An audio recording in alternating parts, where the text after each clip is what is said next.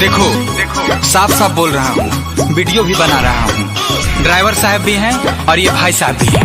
मैं तुम्हें भगा के लाया हूँ। नहीं। देखो कोई प्रेशर और दबाव हम नहीं दे रहे हैं, साफ साफ बोलो मैं भगा के लाया हूँ। नहीं, मैं आपको भगा कर लाई हूँ, इसमें क्या बुराई है? बताइए बताइए।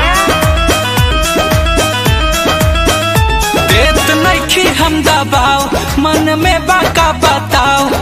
डर मत, साफ साफ बताओ, कोनो दबाव नहीं खेनू। नहीं।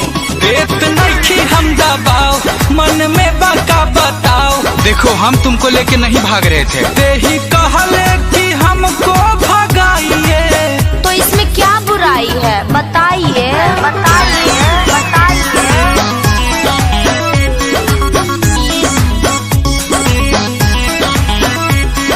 चाचा की डिनाइपिंग के केस लिखवले बा, जबरी भगौले बानी थाना में बतौले बा। काई सही है? अरे ना हो, अरे हम लोग भी उल्टा केस कर देंगे। और आप डर कह रहे हैं, मैं हूँ ना।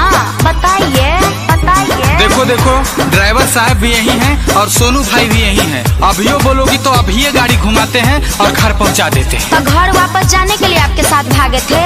बताइए बताइए बताइए। तोरे चाचा की डिनाइपिंग के केस लिखवले बा, जबरी भगौले बानी थाना में बतौले बा। घबराइए मत, हम 18+ हैं। ते ही कहले कि साथ आपका चाहिए। तो इसमें क्या बुराई है? बताइए बताइए बताइए।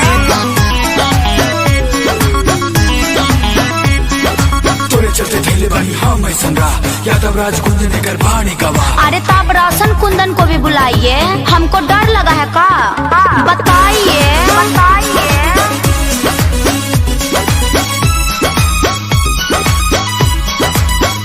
तोरे चलते धैले बानी हम ऐसन रा, यादव राज गुंजन कर बाणे गवा।